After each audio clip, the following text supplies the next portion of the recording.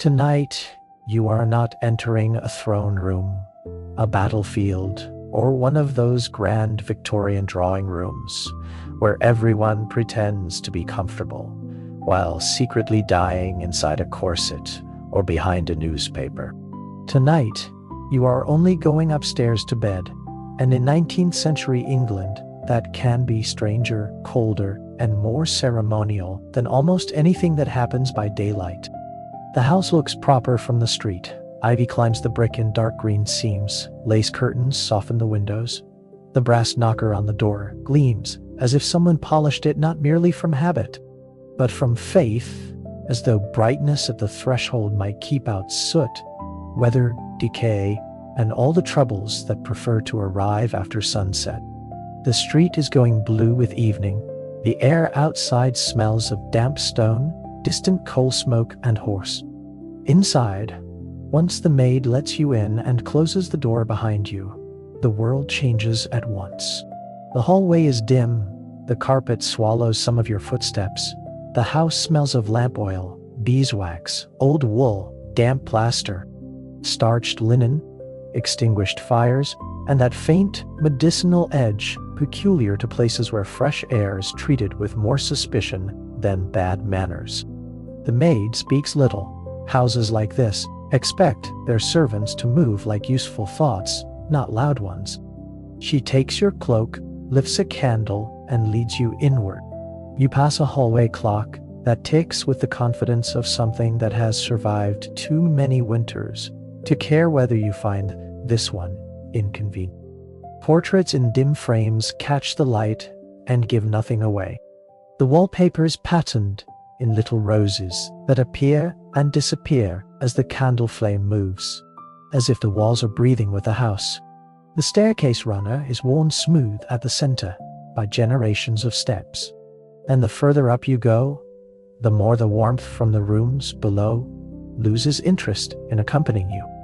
Bedrooms in Victorian England were often the least forgiving chambers in a home. Coal was expensive, heat was work, glass was thin, window frames had opinions. Roof lines did not apologize. Upstairs in winter could feel less like the top of a house and more like a diplomatic compromise with the season. At the end of the passage, the maid opens a door and tells you the room has been prepared for the night. Then she leaves you to meet it alone.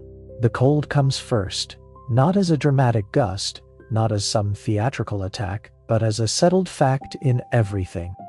It lives in the washstand pitcher, in the brass latch, in the iron bedstead, in the mirror glass, in the little patch of air between your throat and the collar of your dress. It seems to have spent the entire afternoon taking possession of each object in the room, and now that you have arrived, it means to keep you properly introduced to all of them. There is a bed in the center, black iron and narrow, piled so high with blankets and quilts that it appears less a place to lie down than a place to climb into with intention. On one side stands a washstand with a basin, brush, cloth, and soap. On the other is a little table holding a candle, perhaps a prayer book, perhaps a box of matches, perhaps a little bottle of something medicinal. Near the foot of the bed rests a chamber pot, lidded and entirely without shame. There it is, close enough to be practical and far enough to preserve whatever portion of dignity the room believes is still possible. By the hearth leans something flat, blackened, and solemn. A warming pan, or if not precisely that, then the same idea in another body. A heated brick wrapped in flannel, a vessel for carrying fire beneath the sheets before a human body takes its turn. You touch the metal by instinct and regret it at once. It is still warm, so that is how the bed was readied. Not by invisible modern systems humming dutifully behind plaster, but by iron, coal, timing, and another woman's labor. Someone carried heat to your sleep by hand. Already the room begins explaining itself. The chamber pot is not quaint, only necessary. The warming pan is not decorative, only strategic. The thick curtains are not romantic, only defensive. The little sachet at the pillow is not merely pretty, only hopeful.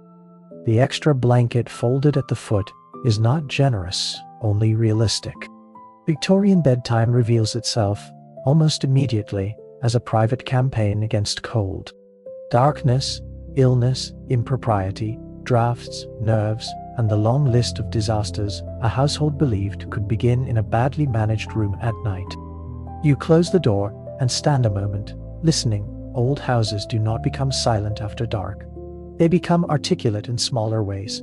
A beam answers the temperature with a low click. Somewhere behind the wall a scratch, perhaps a mouse, perhaps only the structure remembering its age. The grate releases a tiny metallic tick as it cools. A door far down the corridor opens and shuts. The house is not asleep, it is merely lying low. You undress quickly because deliberation in such air feels extravagant. The water in the pitcher is cold enough to make philosophy seem pointless. You wash in fragments rather than ideals.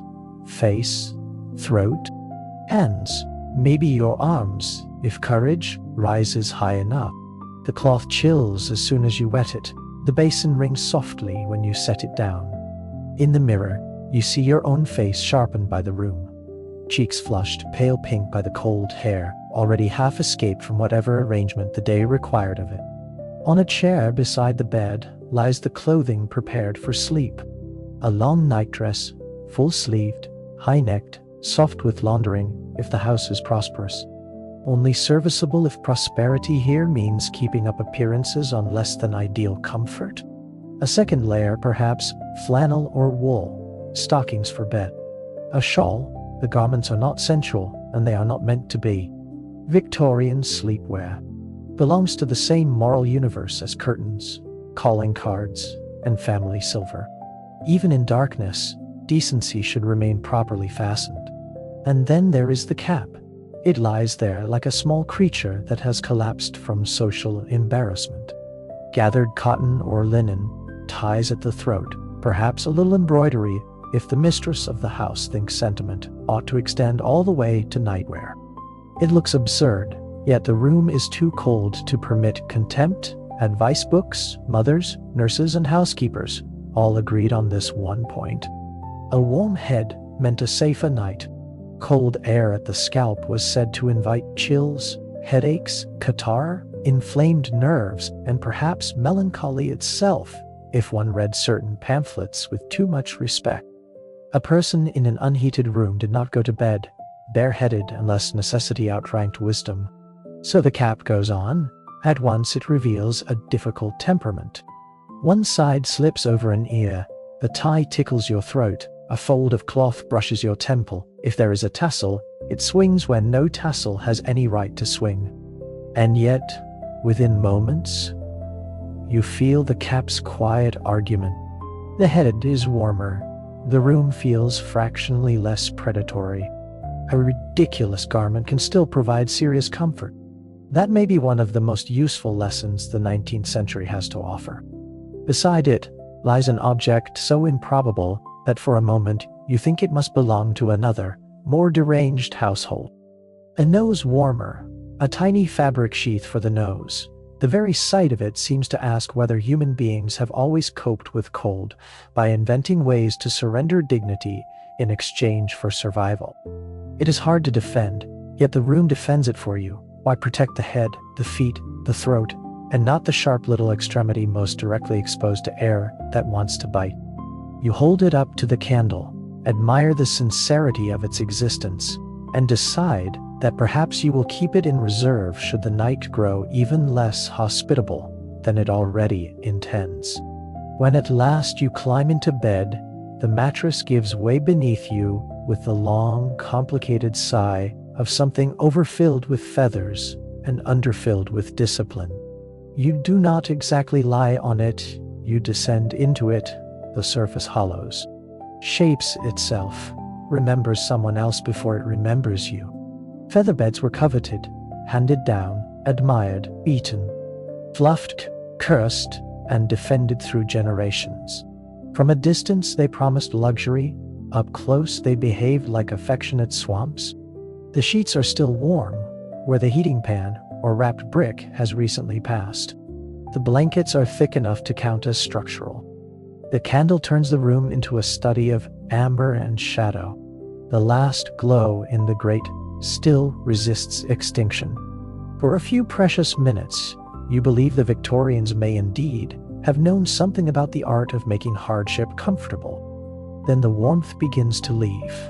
Not suddenly, that would be almost kind. No, it fades in the more discouraging way all labor-intensive comforts fade. Slowly enough that you keep hoping there is more of it, if only you stay very still. The brick cools. The sheet begins forgetting its heated past. The air beyond the blankets reasserts itself. You turn the pillow, hoping instinctively for a cool side, and discover that both sides are equally cold. Not refreshing, but righteous. Somewhere in the wall, a scratch. The bedstead complains when you shift. The feather stuffing moves in soft waves, arranging small hills and hollows under your back. At your feet, the brick rolls slightly and taps your ankle with the heavy indifference of a relic that once contained fire and now contains only disappointment. There is also the chamber pot. You try not to think about it. This ensures you think of nothing else for a full minute. What happens if you need it in the dark? Whether someone takes it away in the morning or expects you to manage the problem personally. Whether the household assumes one can preserve dignity through any arrangement if one simply doesn't discuss it. The answer, as it turns out in much of Victorian life, is yes. They did. Then you notice the second pillow. At first you think it a sign of abundance, or confusion, or perhaps one of those little redundancies respectable households cultivate. But then you see the second indentation in the mattress. The second folded cap on the chair. The second towel on the washstand. This bed was not prepared for one sleeper alone. You tell yourself not to dramatize. Privacy, as your century worships it, was not the reigning principle of 19th century sleep. Beds were expensive. Heating rooms for singular comfort was costly. Large families, servants, guests, children, lodgers, companions, and boarding arrangements all pushed bodies together. Sisters shared, brothers shared, schoolgirls shared, maids shared, travelers in inns shared in some crowded urban districts. Workers on opposite shifts rented the same bed in succession, climbing into a mattress still warm from the previous body. Hot bedding, later generations would call it, with the sort of horrified fascination reserved for anything that reveals how recently privacy became a luxury. Then, the mattress dips. Another body slips under the blankets with the matter-of-fact tiredness of someone whose day has left no strength for embarrassment. For one long moment, you stop breathing. The figure beside you turns away, exhales once, and falls asleep so fast it is almost insulting. No explanation, no apology, no acknowledgement that your modern nerves are attempting to perform outrage on behalf of centuries that do not exist in this room. Just sleep, plain and practical. Your mind protests first, your body notices warmth. That is the awkward genius of shared Victorian sleep. Another body means another source of heat. The center of the bed softens. The air under the blankets changes. Breath warms the enclosed space. The wool does not feel so unforgiving. The stranger beside you, whether servant, cousin, other guest, schoolmate, or mere necessity made flesh, becomes less a social problem and more part of the room's climate. There is a smell now of linen, old soap, wool, skin, and fatigue. Nothing romantic, nothing really personal, human. Yes, but not intimate in the modern theatrical sense. Warmth has a way of abolishing categories the body cannot afford. The feather bed refuses subtlety. When you move a knee, the whole bed receives the news. When the other sleeper turns, the mattress reorganizes itself in slow, damp-looking waves. There must once have been a full etiquette of such arrangements, never printed because the people who needed it had no leisure to mistake it for philosophy. How much blanket one might claim, which side belonged to the newcomer. Whether facing the wall indicated modesty or preference. whether snoring constituted aggression, whether one could mention cold feet without appearing morally thin. Houses like this must have run at night on hundreds of such silent treaties. Bed sharing also had social temperatures of its own. Between sisters, perhaps no one cared. Between lady companions, maybe an inconvenience. Between maids, practical. Between classes, awkward. Between sexes, outside sanctioned arrangements, scandal blooming like mold in a damp pantry. The Victorians could turn almost any human contact into a reading exercise if class, morality, or marriage were involved. Yet the bed itself remains indifferent. It rewards the second body with heat and leaves society to invent meaning afterward. Then your hand brushes heavy fabric above your shoulder. You part it and feel a ribbon of colder air cut across your cheek. Bed curtains. Of course, the bed has curtains. It is not simply a bed. It is a smaller room within the larger one. The hangings can be drawn around you, muting the clock, softening drafts, granting privacy in a space where privacy has already been compromised, and trapping enough of your combined warmth to make the whole arrangement feel marginally more civilized. Bed curtains in Victorian England were not merely decorative survivals from older aristocratic styles. They were climate control, visual discretion, and superstition arranged into fabric architecture. Night air, in that world, was not a harmless absence of daylight. It was suspect. Damp air, river air, marsh air, cellar air, canal air, city fog, air moving from foul-smelling places, air that had brushed the wrong sort of neighborhood. Before germ theory thoroughly displaced older explanations, miasma thinking made the atmosphere itself morally and medically charged. Bad smells were not just unpleasant, they were warnings.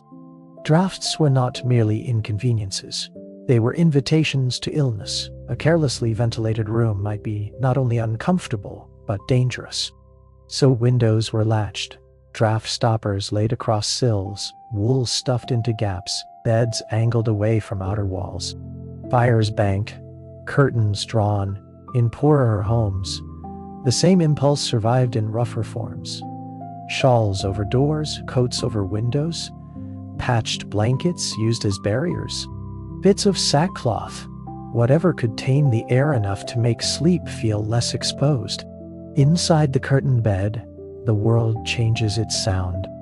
The hallway clock recedes, the scratching in the wall becomes less personal.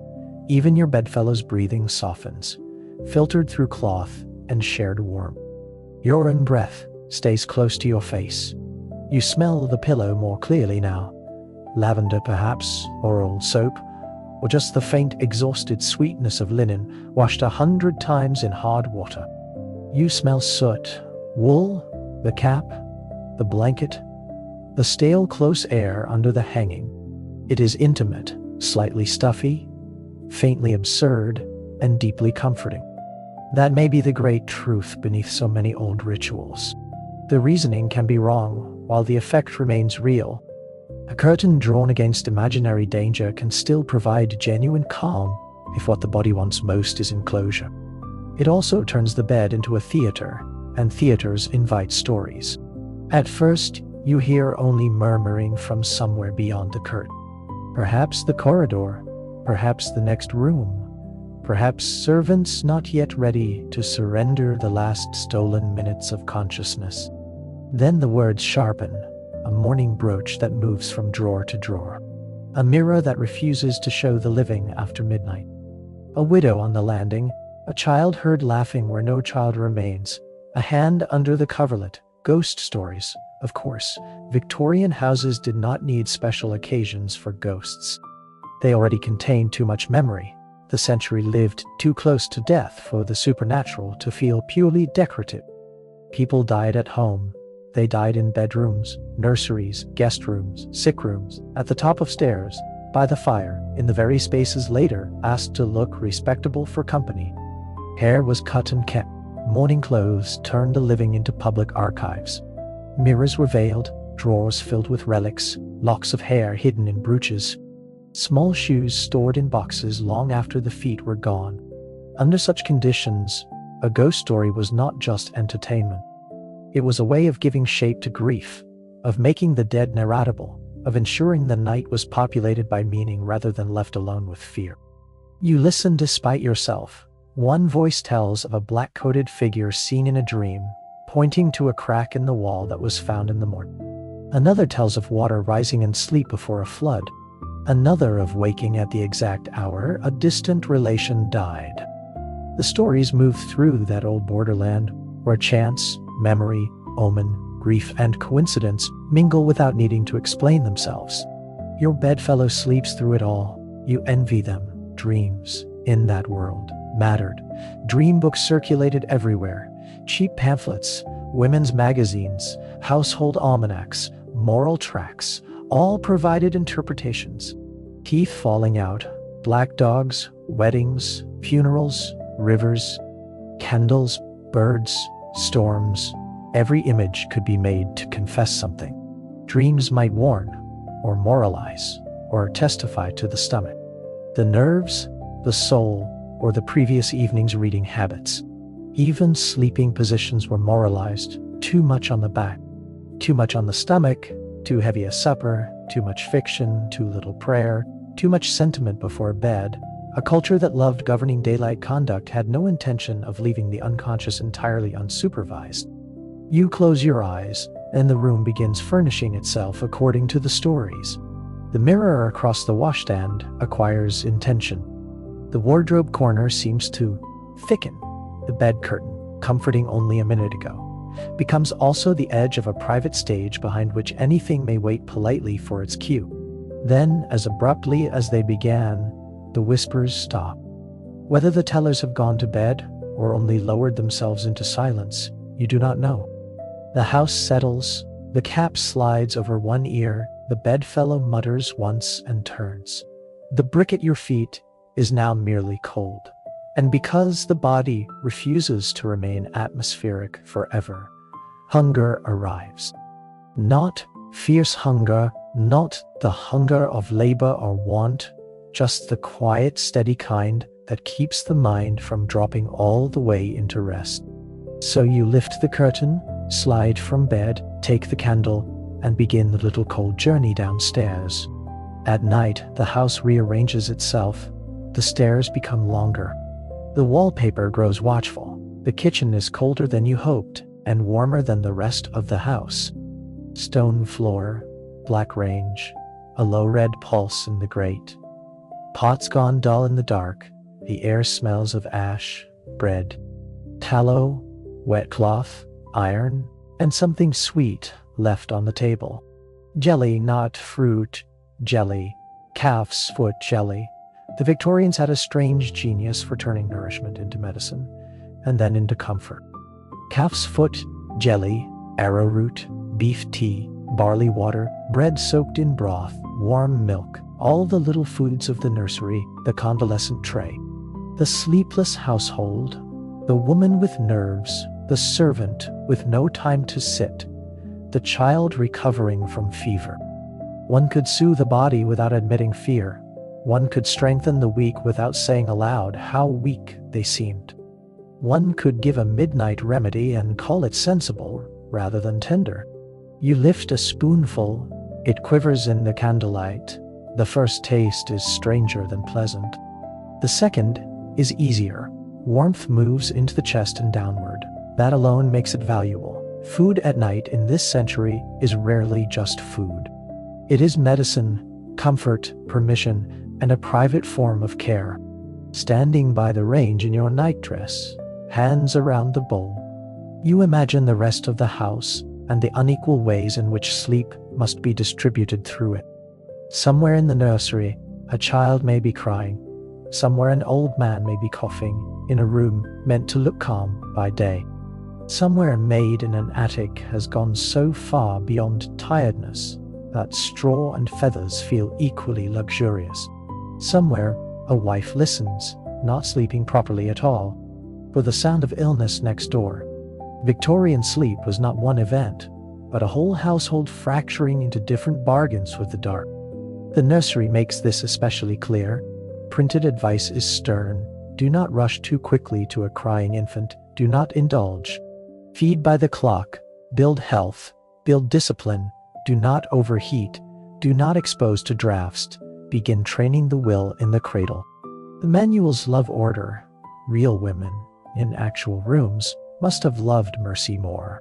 You picture a cradle, a nursemaid dozing in a chair, a mother listening through the wall, a brick wrapped in cloth, milk warming, lavender tied to the bed, a hymn hummed too softly to count as rebellion, a child taken into a larger bed against the printed doctrine, because affection does not always survive translation into handbook language. Some people sleep because others do not. That truth sits under the whole century like a beam under the floor. Servants' rooms belong to another night altogether. At the top of the house, beneath sloped ceilings and thin roofs, maids share narrow beds or truckle beds, blankets lighter than yours, privacy almost theoretical. Their sleep is shorter, more practical, and often colder.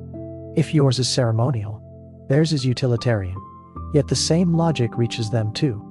Cloth against draft, shared warmth, quick washing, immediate surrender to exhaustion.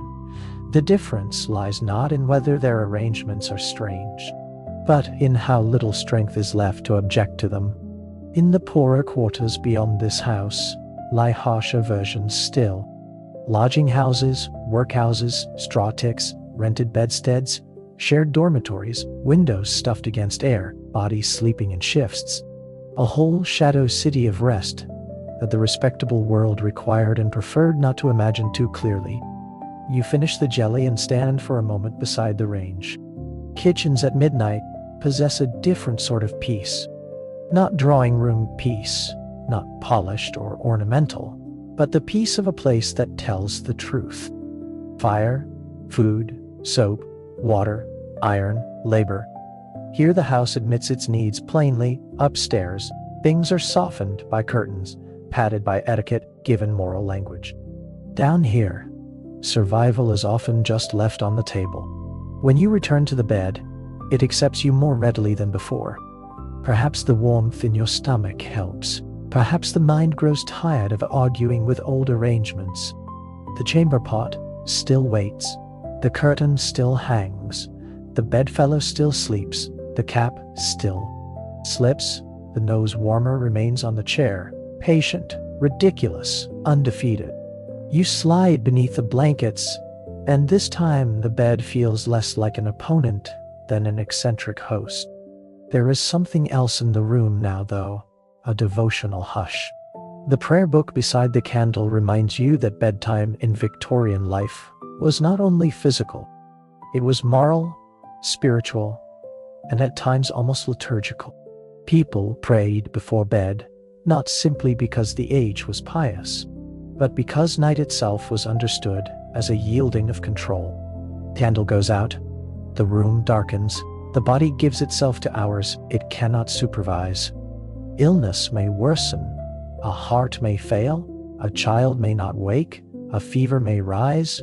Final prayers and bedside devotions belong not only to faith, but to the old recognition that sleep resembles surrender and sometimes approaches death close enough to borrow its outline. Perhaps there is a psalm marked in the little book, perhaps a prayer for safe rest, perhaps a line asking that if one should die before morning, one may be kept. Such phrases sound severe to ears trained by brighter centuries, yet they emerged from rooms where mortality was not philosophical. It lived nearby. It had taken people from this very house before. Bedtime could feel sacred because it was uncertain. You do not read, you only look, and the presence of the book changes the room slightly.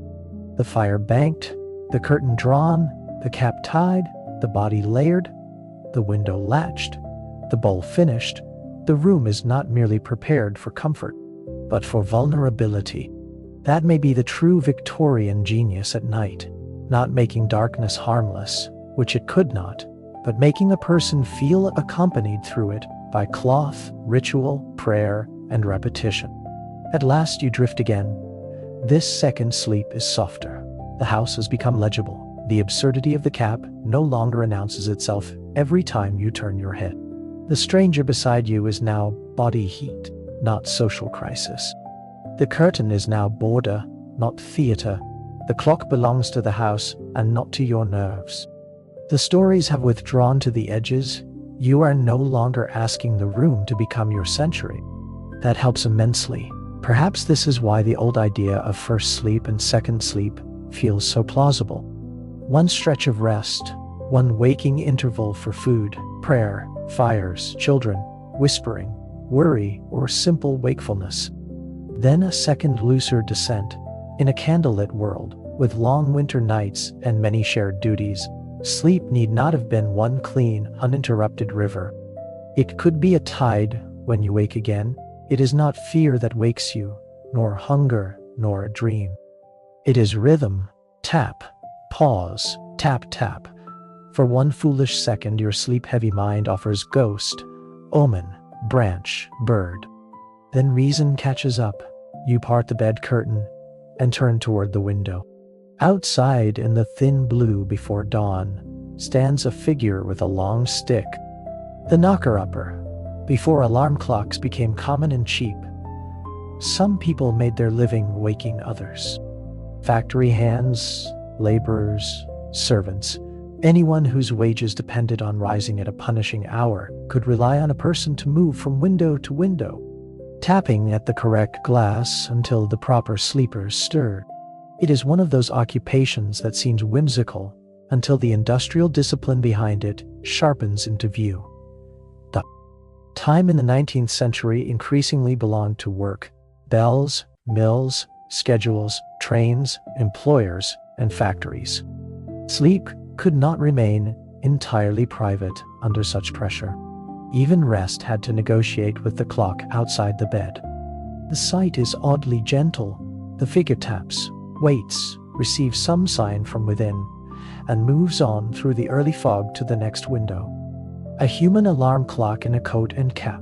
A reminder that in this world, one person's wakefulness is literally another person's profession. And suddenly the whole night arranges itself. The chamber pot, the warming pan, the cap, the shared bed, the curtains, the fear of bad air, the ghost stories, the dream books, the nursery, the servant's attic, the jelly, the prayer book, the divided sleep, the tapping at dawn. None of it random, none of it wholly foolish once you stop asking it to flatter the modern imagination. This may be the gentlest truth under all the strangeness. Modern people laugh first at old sleep rituals, often with good reason. A nose warmer challenges dignity, feather beds behave like affectionate bogs, chamber pots annihilate romance, shared beds offend whole centuries of cultivated personal space.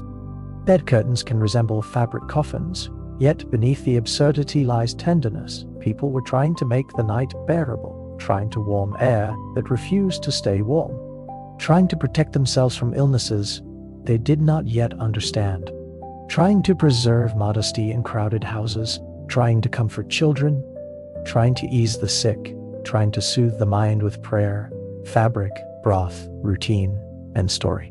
Trying to gather enough rest to survive the next day's work.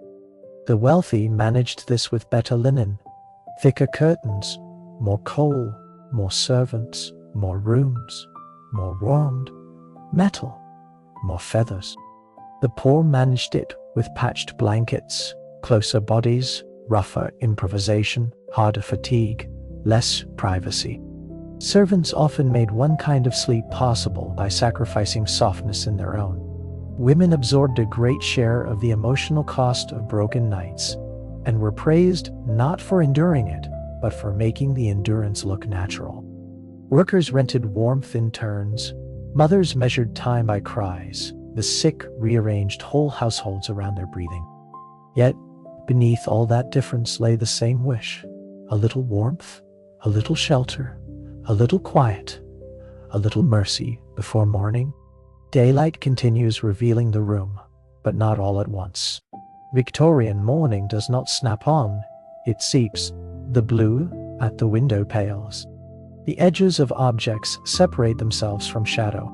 The wallpaper becomes merely faded instead of haunted. The mirror resumes the humble business of glass. The bed curtain, which all night seemed at different times a wall, a cocoon, a theater, and a shield, becomes once more what it is in daylight, heavy cloth with a practical ambition. The chamber pot, still unlovely, returns to simple purpose.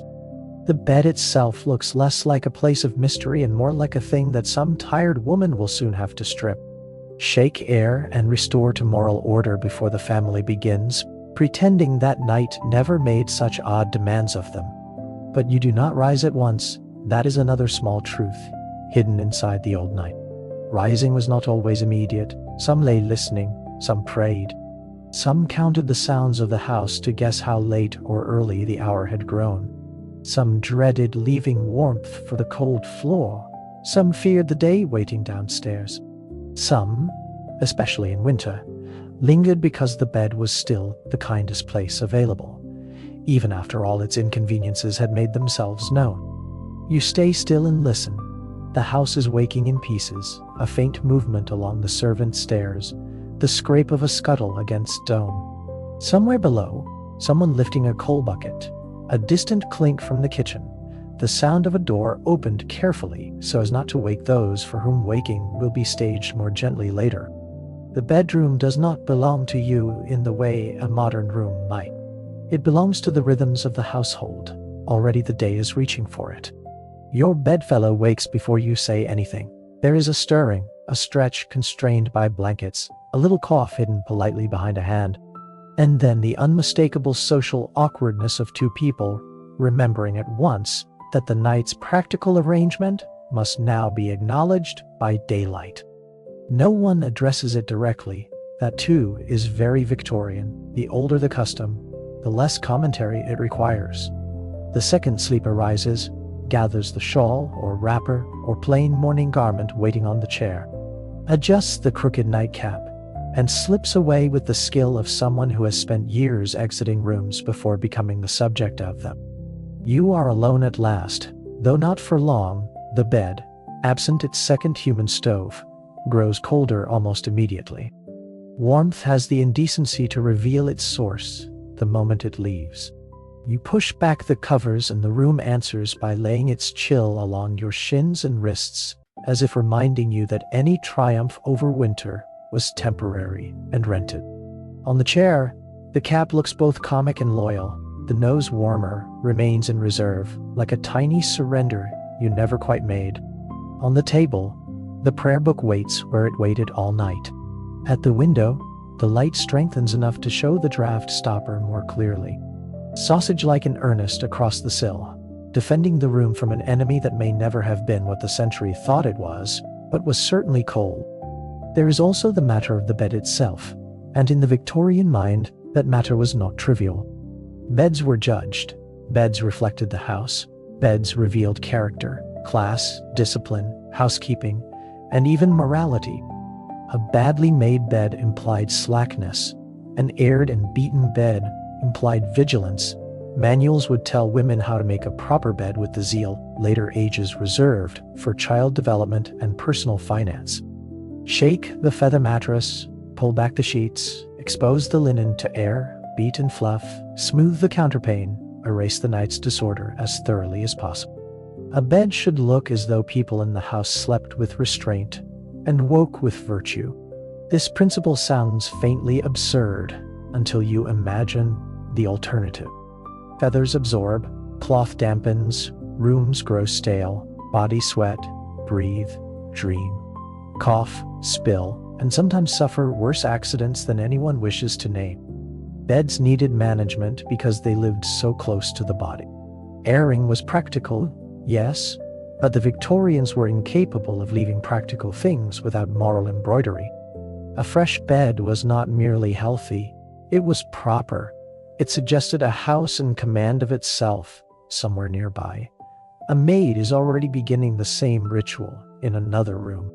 She pulls back curtains, opens bed hangings, lifts bedding, shakes out the life of the night, and starts the quiet labor that allows the house to describe itself as well run when guests appear. The family will later remark on the coziness of rooms, the neatness of chambers, the comfort of a well-kept house, and all of it will rest upon morning work done, while the clocks are still working their way toward breakfast. If you stayed in bed much longer, you would hear the house stratify into class by sound alone. Below stairs, speed; above stairs, sequence in the kitchen. The first serious movements of the day have already begun. Fire, kettle, bread, knives, pails, soot. In the family rooms, the day is only thinking of itself. Someone turns in bed, someone draws the curtain a few inches, someone rings once for hot water, someone will not rise until tea can arrive with it. That is one of the most honest differences between Victorian sleepers. Not who needed rest, because nearly everyone did, but who could afford to let waking come gently. You sit up, and the room changes around the body at once. The cold bites more cleanly when you are vertical. The mirror receives you again, this time with the pale, flattened look of morning light on a face that has slept in old air and under too many blankets. Your hair is less obedient than it was when you climbed into bed. The cap has marked it with its own small logic. There is a tenderness to morning disarray the Victorian world rarely admitted aloud. A woman before she is recomposed is closest to being unarranged by social use, and that is one reason so much effort was spent making sure the household saw her only after she had resumed the required outline. You cross to the washstand and lift the pitcher. The water is colder now than it was the night before, or perhaps your willingness to forgive it has thinned. Morning washing in such a room is not invigorating. It is an act of discipline. The cloth touches your face like a reminder that the day will not wait for comfort to develop. You think of the baths and hot water that wealthy households could occasionally manage, then of the many bodies across Victorian England that met each dawn with water even colder. In rooms far meaner than this one, and for a moment the little basin on the stand seems almost grand. There were entire classes of mourning hidden beneath the polished idea of the Victorian home. The lady washed and dressed, the servant hauled, lit, scrubbed, emptied, blacked, polished, fetched. The child was woken, buttoned, scolded, and fed. The invalid was propped, dosed, and asked how the night had been. The mother measured the morning not by her own condition, but by the condition of everyone else. The father, in many houses, descended into breakfast with the miraculous confidence of a man who had not personally arranged a single material fact required to make the room warm enough to eat in. Sleep flowed into morning, and morning retranslated the household into hierarchy. Perhaps that is why the bed mattered so much. It was one of the few places where those distinctions briefly softened. Not disappeared, never that, but blurred. Everyone became bodily. Everyone became cold. Everyone needed warmth, linen, habit, and eventually some form of waking. The rituals differed by class, but the need remained stubbornly democratic. There were other sleeping worlds entirely beyond your guest room. In grander houses, married couples might keep separate rooms or adjoining rooms depending on class, fashion, temperament, and fortune. Separate sleeping arrangements were not unknown, especially among the wealthy, and could mean luxury, practicality, illness, late reading habits, snoring, childbirth, marriage politics, or simply the sort of distance respectability can contain without acknowledging too closely. A husband might have a dressing room and bedroom suite of his own. A wife her chamber, nursery access, maid's room, and all the nocturnal interruptions of children and domestic management. Marital sleep in Victorian England did not always resemble the later sentimental fantasy of one shared bed and one shared dream. Sometimes it resembled diplomacy, sometimes strategy, sometimes relief, sometimes loneliness with better curtains, in smaller or poorer homes. By contrast, marriage could mean less privacy, not more. Beds were shared because there was no alternative. Children might sleep at the foot or in the next bed, inches away. Lodgers might occupy the room's only other available surface. Night in such spaces allowed little room for illusions about romance. Bodies needed warmth. Sex happened, or did not. Children cried. Old people coughed. And dawn arrived without asking anyone whether the arrangement had felt emotionally complete. Then there were the invalid rooms, the sick rooms, those deeply Victorian chambers in which night never quite finished and morning never properly began. A small table with medicines, a spoon, a folded cloth, mustard plasters, liniments, little bottles with labels half peeled from use. A chair for the watcher who dozes and wakes in turns. Fire kept lower or higher according to the latest theory. Windows opened a crack or nailed shut, depending on whether the household believed air killed or saved. The invalid's night belonged to no one rhythm, coughing, fever, restless dreams, a wet cloth at the forehead, whispered footsteps, the smell of broth and camphor and breath. Entire households could organize themselves around one person's inability to pass smoothly through the hours. Victorian illness makes the whole culture's sleep anxieties easier to understand. When bodies were more vulnerable to infection, childbirth, industrial injury, tuberculosis, digestive catastrophes, and all the countless unnamed frailties later, medicine would classify more neatly. The night was not simply downtime. It was the long, vulnerable interval in which things worsened or improved without witnesses sufficient to prevent them. No wonder they prayed. No wonder they feared drafts. No wonder they listened for breathing. No wonder mothers touched children's foreheads in the dark, with hands that knew fever faster than any thermometer. There was comfort in bedside ritual, because there was danger in unpredictability. To bank the fire, to warm the sheets, to set out the chamber pot, to close the curtains, to tuck lavender into the pillow, to say a prayer, to place a Bible within reach, to leave broth or jelly in the kitchen, to check the nursery one last time, to look in on the invalid, to tuck the draft stopper more tightly, to make the room ready. Ritual offered the household a sense that care had been exerted, and exerted care is often what stands in for control when control itself is unavailable. You dry your face and glance once more at the bed. In daylight it looks less theatrical, but also more vulnerable. The sheet is creased, the pillow bears the memory of a head, the feather mattress has settled into a shape that proves a body once trusted it enough to surrender. Soon someone will open the hangings, pull back the blankets, expose the linen to air, shake the feathers, smooth the counterpane, and restore all moral appearances.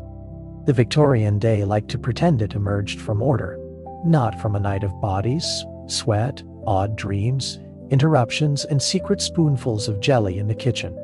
Perhaps that is one of the reasons sleep could feel so intimate in that world, even when it was communal. So much of it had to be erased each morning to allow respectability its clean stage. Beds were made not merely for cleanliness, but for amnesia. The disorder of the night was folded, aired, and beaten out of sight. You dress slowly now, not fully for the day, but enough to rejoin the household without scandal.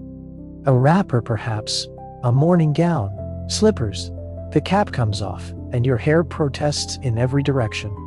Another truth, night hair is honest hair. No one in the Victorian world wished to be judged by it except children, invalids, or the very old. Hair, like beds, needed remaking before it could be seen.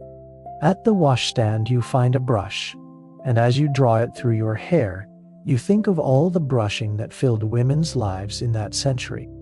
Morning brushing, evening brushing, 100 strokes, oils, pins, curls, comfort, and discipline braided together, until even private grooming became a little moral lesson about patience and self-command. A woman was asked to spend her life arranging the body into legibility, and yet the night kept undoing that work. Caps flattened curls, sleep loosened pins, feathers swallowed posture, blankets made a mockery of elegance. The chamber pot waited beside all lofty ideals. There is almost something comforting in that. History may be full of rules, but the body remains magnificently difficult to govern for long. You hear movement in the corridor, another maid perhaps, carrying hot water to a better room, a child being woken, a low voice telling someone to be quick. The household rises like an orchestra tuning, one instrument at a time. Somewhere downstairs, the kitchen has progressed from embers to operation. Fire caught, kettle beginning, bread cut, a pan moved. The smell of hot metal enters the staircase air. There may be toast later, weak tea, eggs if the house can manage them. Perhaps porridge, perhaps preserved fruit, perhaps fish. Breakfast belongs to its own world of manners and appetite management, but that is still ahead. For now, the house is still halfway between night and social performance. That in-between is where so much truth lives, before the faces are composed, before the servants disappear into function, before the family become roles around a table, before the day hardens everyone back into usefulness. In these soft minutes after waking, the Victorian house is closest to admitting that everyone inside it is bodily, weary, and dependent on heat. You imagine, at the same hour, the many other ways the city wakes. In servant attics, girls rubbing life back into cold fingers before dressing. In workhouses, long dormitories stirring under blankets that never truly conquered the dark. In lodging houses, workers yielding mattresses to the next shift. In narrow terraces, children being pulled from beds they shared with siblings and cousins. In wealthier districts, ladies ringing bells for hot water and maids, already on their second flight of stairs with jugs.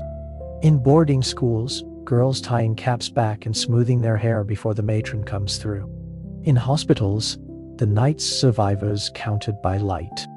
In prison cells, the bed no longer warm enough to justify remaining in it. In nurseries, nursemaids whose night never properly ended, beginning the day's first duties before dawn, has really convinced the windows. There was no single Victorian sleep. There were thousands of Victorian sleeps, layered by class, sex, age, marriage, illness, labor, grief, and architecture. Your guest room is only one version, softened by respectability and the labor of servants. Elsewhere, the same night would have been meaner, rougher, more crowded, more dangerous, more honestly cold.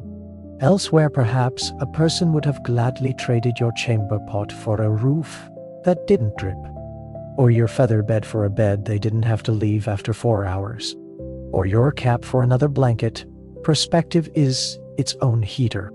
Still, this room has taught you what it can, that sleep in Victorian England was not some dreamy slide into stillness, but a managed passage. Warm the bed, close the room, cover the head, guard the air, pray, share if necessary, feed if restless, check the child. Listen for the sick, wake when tapped, make the bed, begin again. These were not charming old-fashioned details gathered for the delight of later museums. They were a structure built around vulnerability. You look once more toward the window. Outside, the blue has grown paler, rooftops have emerged. Chimneys begin their day. Somewhere down the street, another tap at another pane. The knocker-upper moves on, and with him, the industrial morning extends itself across the neighborhood. Window by window, sleeper by sleeper, body by body. There is something poignant in that image.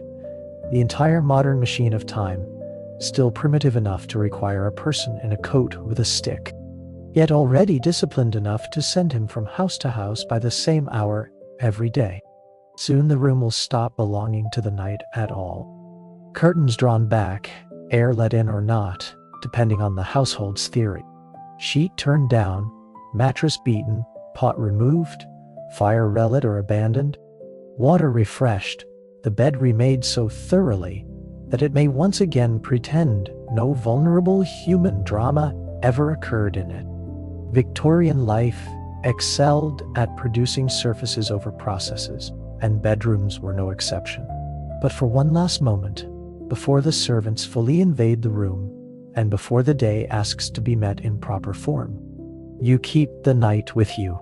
The odd softness of the feather bed, the annoyance of the brick at your ankle, the scratch in the wall, the velvet closeness of the curtain, the stale safety of air trapped around a sleeping body, the absurd loyalty of the cap, the borrowed warmth of another sleeper, the spoonfuls of jelly beside the range, the imagined black-coated figure at the edge of dream, the prayer book waiting by the candle, the tap at the window, all of it together makes a world, and perhaps that is what most people miss when they laugh at old rituals too quickly. The rituals were not random, and they were not mere eccentricity. They were a domestic technology of hope, not perfect hope, not scientific hope, not always sensible hope, but hope all the same, hope that cloth could keep out harm, hope that warmth could hold, hope that prayer might carry a sleeper through the long, ungentle hours, hope that shared heat was better than lonely cold, hope that routine could domesticate fear, hope that a child would settle, hope that the invalid would still breathe by dawn, hope that work could be faced if one only managed enough rest. The wealthy layered that hope in better linens and thicker curtains. The poor wrapped it in rags, in co-sleeping, in exhausted surrender, in whatever the room or street allowed. But it was the same hope, a little warmth, a little shelter, a little order against the dark. Now the house is fully beginning, but before breakfast claims it completely, there is still more of the Victorian night to understand. Because your room is only one version of sleep, and perhaps not even the most revealing one. Imagine for a moment the servant's attic at this same hour. Not your narrow bed in a guest room with curtains and a warmed brick, but a smaller chamber beneath the slope of the roof where the cold has had all night to gather. The ceiling comes down sharply on one side, the blanket is thinner, the washwater is colder, the air smells less of lavender and more of wool dried too quickly near kitchen heat, of boot polish, soap rubbed hard into fabric, hair oil, soot, starch, and the permanent fatigue of people who rise before the house wishes to admit that morning exists. Two narrow bedsteads stand close, or perhaps a truckle bed slides half under another. A box beneath one holds spare aprons, mended stockings, a letter tied with ribbon, maybe a crust wrapped in cloth. Another box contains pins, a comb, a prayer card, some keepsake from home, a thimble, a spoon, a tiny store of self. No one has heated these sheets with a warming pan unless the servants did it for one another out of kindness and opportunity. No one has softened the first encounter with the bed, except exhaustion. And yet these rooms had their own warmth, the warmth of bodies too tired to care for ideals, of girls talking low after lights out, of sore feet rubbed under blankets, of whispered complaints, recipes, gossip, bits of songs, memories of fields or alleys left behind, anxieties about references, wages, mothers, brothers, courtship, dismissed fellow servants, and the endless unpredictability of employers. Sleep here might come harder and faster at once, harder because the body aches and the room is mean. Faster, because a servant's day leaves little energy for dramatic insomnia. If the family upstairs performed elegance by day and concealment by night, the girls below and above stairs often performed resilience by necessity alone. Now picture too the sleeping arrangements of a city lodging house.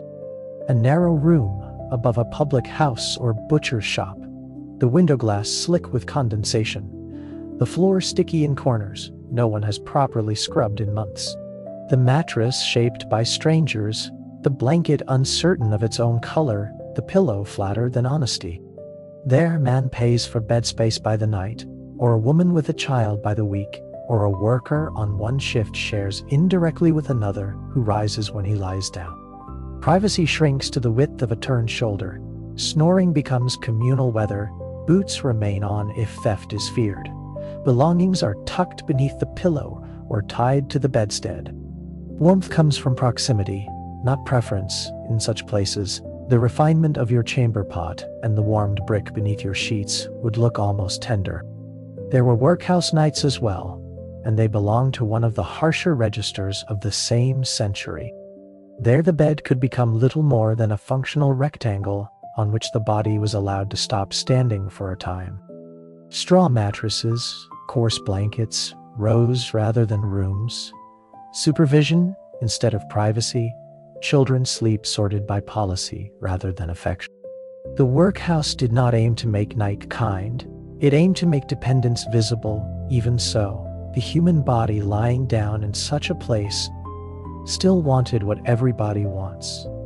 A little softness, a little warmth, a little forgetting. There is something moving and faintly unbearable in how constant that desire remains even when history refuses to meet it generously. And if the poor had one sort of night, the wealthy had another, not always easier in feeling, only more upholstered. Think of the mistress of a large house, perhaps in a chamber grander than yours, with thicker carpets, better linen, and a fire coaxed to last longer. She may not share her bed unless she wishes to, or unless marriage, habit, fashion, and the architecture of the home have placed her in a room beside or beyond her husband's. Separate bedrooms were not unknown in prosperous households. Indeed, they could signal wealth, delicacy, late reading habits, chronic illness, differing tempers, snoring, childbirth recovery, or simply the quiet diplomacy by which long marriages survive. A husband may sleep in his own room because he reads too late, coughs too hard, rises too early, snores too honestly, or considers himself entitled to solitary rest. A wife may sleep separately because children, nerves, servants, menstruation, illness, and household authority have already made her nights less her own than anyone admits at dinner.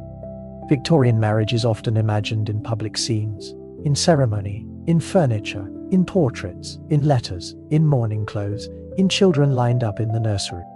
But marriage also existed most truthfully at night, in whether one shared space gladly, dutifully, awkwardly, or not at all. Some couples must have found real comfort in each other under the blankets, especially in winter houses where affection and warmth could so easily become allies. Others must have found only negotiation, endurance, or relief in separate rooms. Sleep reveals domestic truth with a frankness that daylight manners are rarely willing to match.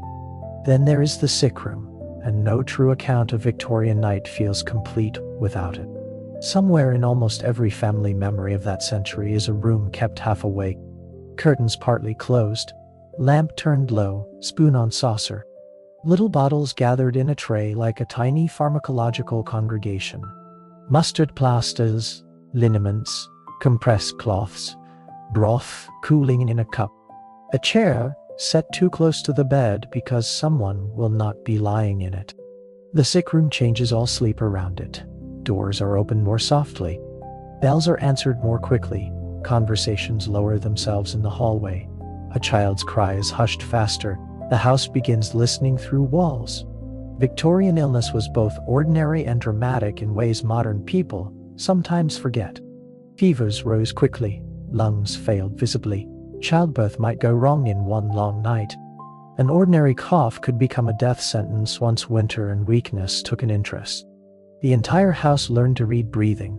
The watcher in the chair learned the difference between a restless turn and a dangerous silence. Night in such a room was not an interval between days.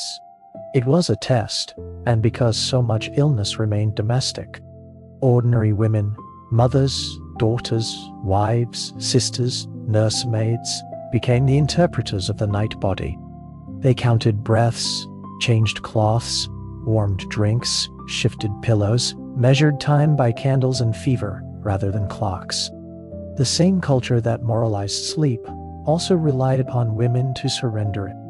It praised quiet strength, patience, soft hands, and self-forgetting care, then built whole households on the assumption that some woman somewhere would wake when needed. In that sense, the history of sleep is also a history of who was denied it gracefully. And then there were children, not merely babies in the nursery, but older children, schoolroom children, children in shared beds, children in cottages, children in industrial towns whose bodies learned adult fatigue too early. Victorian advice on children's sleep liked to sound precise. Early hours, hardening routines, fresh air, but not too much. Firmness, cleanliness, simplicity, moral steadiness, yet actual childhood sleep must have been full of very old human things. Nightmares, bedwetting, kicking blankets off, waking too early, refusing to settle, talking in sleep, clinging to sisters, crying for mothers, frightening themselves with stories overheard on the stairs. Some children slept in rooms full of comfort. Others slept in corners of adult life where privacy was impossible and silence had to be learned young. Imagine a little boy in a long nightshirt, red cheeks from soap and cold, listening to the house after the candle is put out. Imagine a girl in a cap too large for her, sharing a bed with her sister, whispering until someone hisses for quiet. Imagine siblings lined in one bed head to foot for warmth.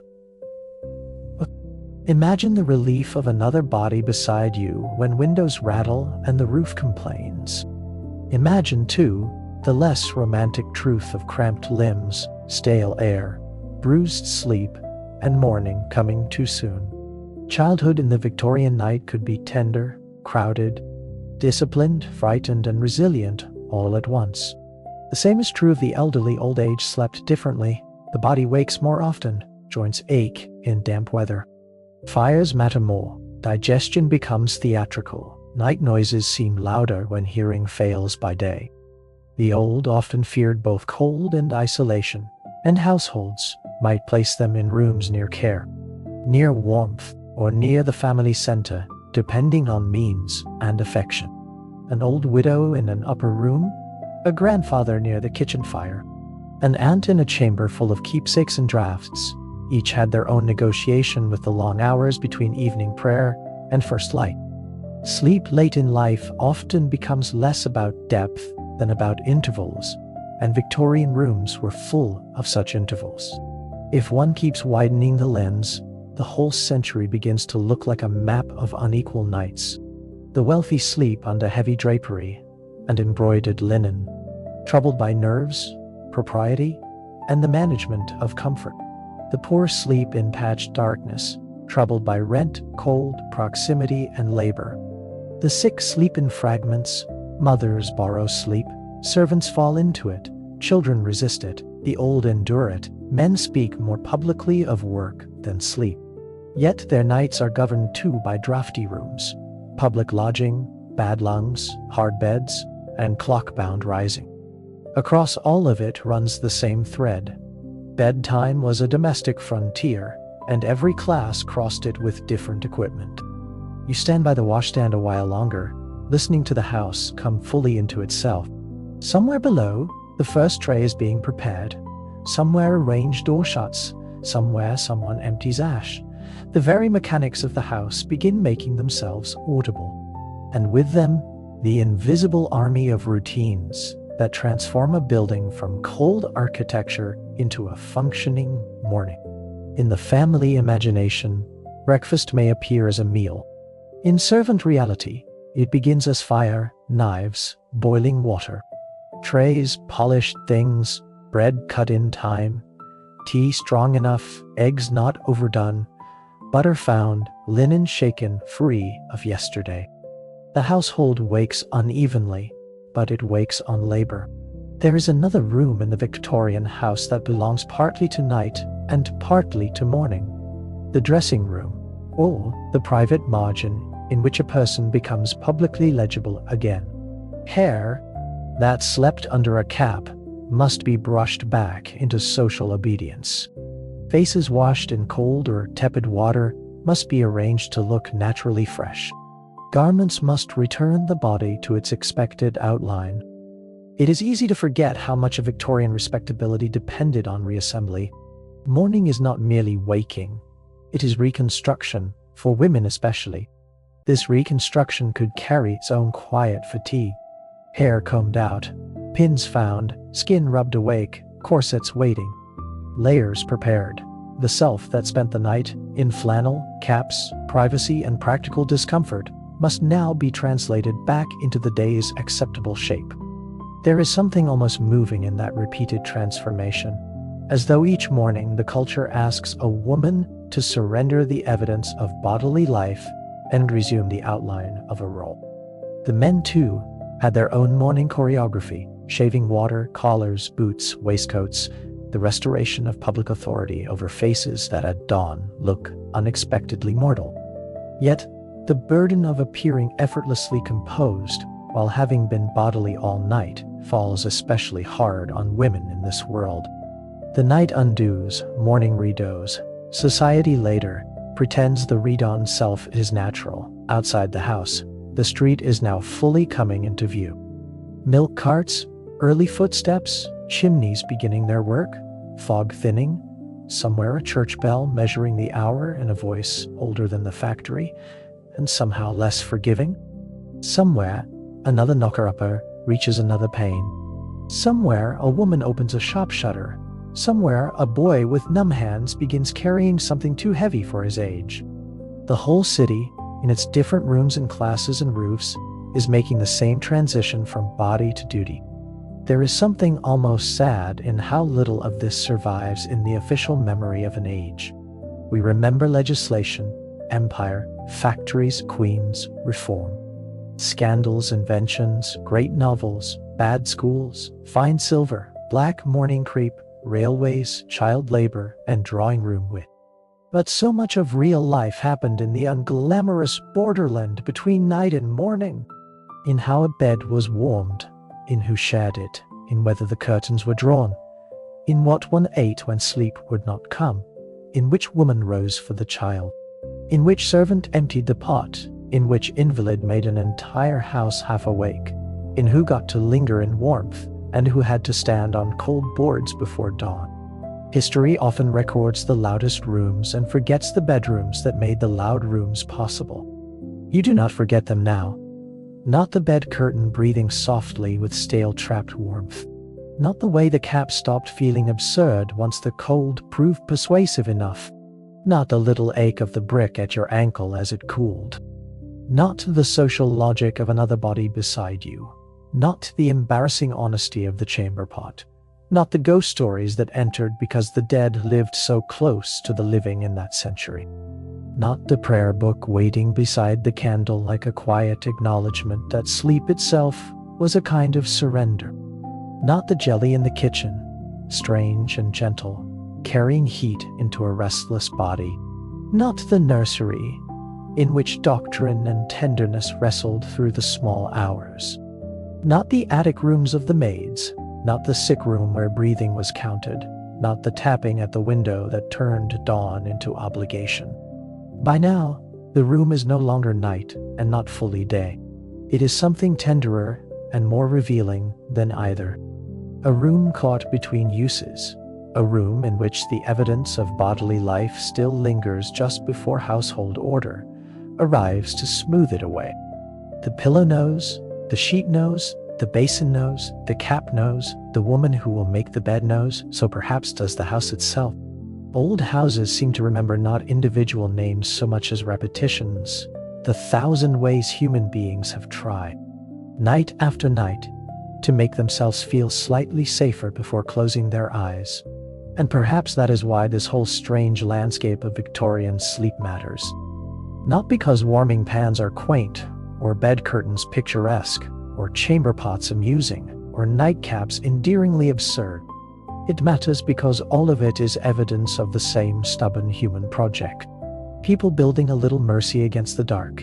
People taking cold, fear, illness, class, labor, and bodily need, and trying to wrap them in enough cloth and ritual that the night might be survived with some scrap of dignity left intact.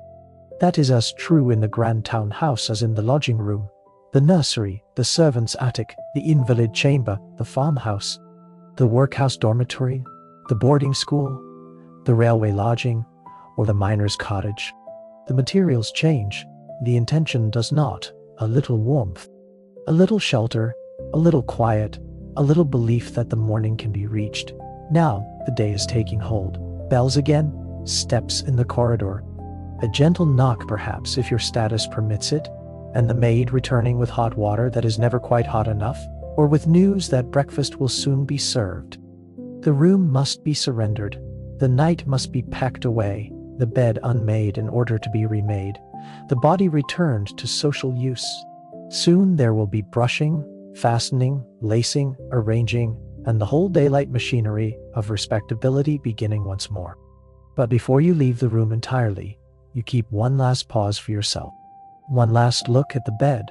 One last look at the curtain. The window, the table, the basin, the chair with the cap on it, the hearth that did what it could, the chamber pot that asked no one's permission to be necessary. You let the room remain for one breath longer, exactly what it has been all night. Not pretty, not modern, not efficient, not always comfortable, but deeply, unmistakably human. Victorian sleep was not simple. It was communal and private, awkward and tender, frightened and ingenious, improvised and moralized, burdened and consoling all at once. It belonged to weather, architecture, religion, class, grief, motherhood, servitude, illness, fatigue, and the old stubborn body that has always wanted the same thing from darkness. Not luxury, not perfection, only enough warmth to stop shivering, enough enclosure to quiet fear, enough routine to steady the mind, enough kindness to make another morning possible. So let the house remain there now in the soft gray hour before breakfast has fully arranged everyone back into position. Let the curtain fall still. Let the prayer book close. Let the spoon rest beside the jelly bowl. Let the draft stopper stay at its post. Let the nursery hush. Let the maids take the stairs. Let the invalid breathe, easier or not. Let the knocker-upper move to the next window. Let the warming pan cool. Let the mattress keep your shape only until it is beaten back into virtue, and carry with you only the gentlest part of the whole old night. Not the embarrassment, not the bad air, not the pot, the scratching, the awkwardness, or the social discomfort of borrowed heat. Only this, beneath all the odd fabrics, anxious beliefs, awkward devices, improvised remedies, moral rules, and weary household labors. People were doing what people have always done, trying to make the dark a little kinder before sleep finally came. That was the whole design. That was the mercy hidden inside the absurdity. And in the hush before breakfast claims the house completely, it almost feels like enough.